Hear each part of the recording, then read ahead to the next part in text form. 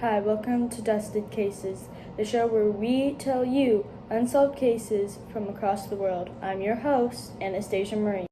The case we'll be discussing is one I'm quite surprised we haven't discussed earlier on in the show.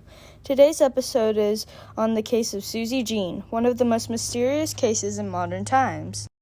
Susie Jane was a 6-year-old girl in Northern California. She was a very bubbly and adventurous girl and was quite mature for her age, picking up on words quickly.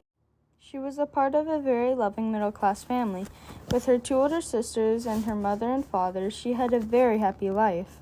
The family lived a very happy life, but the tragedy to come would soon turn the family's entire world upside down. On the dreadful day of January 5th, 2003, Susie was found dead in her home by her father, Percy Jane, who immediately called the cops upon finding her body. The police arrived about 15 minutes later, and Susie was pronounced dead immediately. They suspect that she had died over half an hour before paramedics were even dispatched. I just remember hearing my dad yelling and our mom telling us to stay upstairs.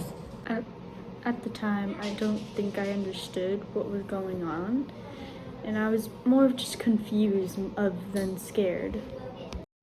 Susie was stabbed several times in her abdomen and once in her throat, sending her into shock before she ultimately died. Now the big question is, who killed Susie Jane? Well, this has never been found out, partially due to the fact that there was zero evidence that someone was even in the home other than the murder. This led detectives to believe that the killer was someone within the home. Due to this suspicion, the 2 older sisters stayed with their Aunt Lucy. By now, detectives were already investigating Percy and Mary Jane. Interrogated, both had emotional responses, but neither withheld any information. This was proven when both agreed to take the lie detector to test with no resistance.